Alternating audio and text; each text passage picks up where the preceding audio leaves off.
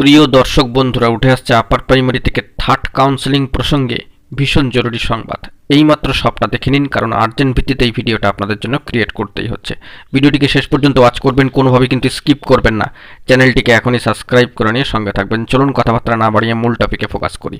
বন্ধুরা, upper primary থেকে second counselling পর্ব শেষ হতে আর মাত্র কিছু সময়ের অপেক্ষা। সেকেন্ড কাউন্সেলিং পর্ব সুষ্ঠুভাবে কিন্তু সম্পন্ন হচ্ছে, আর মাত্র 23 তারিখের দিনের শিডিউলটাই বাকি রয়েছে। কিন্তু ইতিপূর্বে আমরা দেখেছি যে প্রথম কাউন্সেলিংও কিন্তু যথেষ্ট সুষ্ঠুভাবে সম্পন্ন হয়েছে। প্রার্থীরা স্কুলে স্কুলে যোগদান করছেন এবং সে বিষয়ে বার্তাও কিন্তু উঠে আসছে সামাজিক গণমাধ্যমে সূত্র ধরে।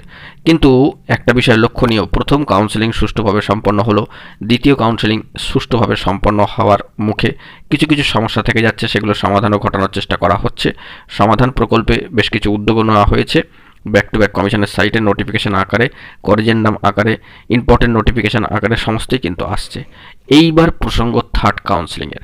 থার্ড কাউন্সেলিংয়ের যে ধারাবাহিকতা সেটাও কিন্তু বজায় রাখতে হবে, এবং ইতিমধ্যেই এ বিষয়ে পশ্চিমবঙ্গ আপার প্রাইমারি চাকরি প্রার্থী মঞ্চ কমিশনের কাছে বিষয়টি নিয়ে কিন্তু আলোকপাত করেছে। থার্ড কাউন্সেলিংয়ের ধারাবাহিকতা অবশ্যই বজায় রাখতে হবে, কারণ মহামান্য কলকাতা হাইকোর্টের ডিভিশন বেঞ্চের 11 নম্বর কোর্টের নির্দেশ 14,052 সকলের নিয়োগের ক্ষেত্রে, এবং সেই দিক থেকে দেখতে গেলে সুপ্রিম কোর্টেরও কিন্তু নির্দেশ বহাল রয়েছে।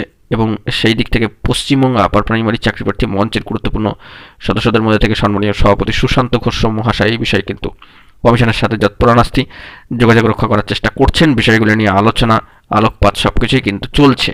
তো জরুরি খবর উঠে আসলো, কত দ্রুত 23 তারিখের পরে এই বিষয়ে ইনিশিয়েটিভ নেওয়া হয় সেটাই কিন্তু দেখার বিষয়। কারণ আমরা দেখেছি যে সেকেন্ড কাউন্সেলিং পর্যায়ে যেখানে ওয়েটিং বন্ধুদেরকে ডাকা হলো, সেখানেও কিন্তু বেশ কিছু অনুপস্থিতির পরিসংখ্যান বিভিন্ন দিনে বিভিন্ন রকম হয়েছে। কখনো 27%-এর বেশি, 28%, কখনো 30%-এর কাছাকাছি, অর্থাৎ 29%-এর বেশি, কখনো আবারও সেটি 17 থেকে 18%-এর কাছাকাছি চলে গিয়েছে। তো কম বেশি করে যাই হোক না কেন, শূন্যপদ কিন্তু থাকছে। থার্ড কাউন্সেলিং বিষয়ে কিন্তু জোরদার দাবি রয়েছে। কত দ্রুত এখন এই প্রসঙ্গে বার্তা উঠে আসে, সবুজ সংকেত, সেটাই কিন্তু দেখার। কিন্তু পশ্চিমবঙ্গের আপার প্রাইমারি চাকরিপ্রার্থী মঞ্চের তরফ থেকে থার্ড কাউন্সেলিং বিষয়ে কিন্তু ইতিমধ্যেই আলোকপাত করা হয়েছে, এবং দেখা যাক পরবর্তী ক্ষেত্রে কি খবর আপডেট উঠে আসে। এখন এটুকুই, সকলে ভালো থাকবেন, চ্যানেলটিকে সাবস্ক্রাইব করে সঙ্গে থাকবেন। ধন্যবাদ।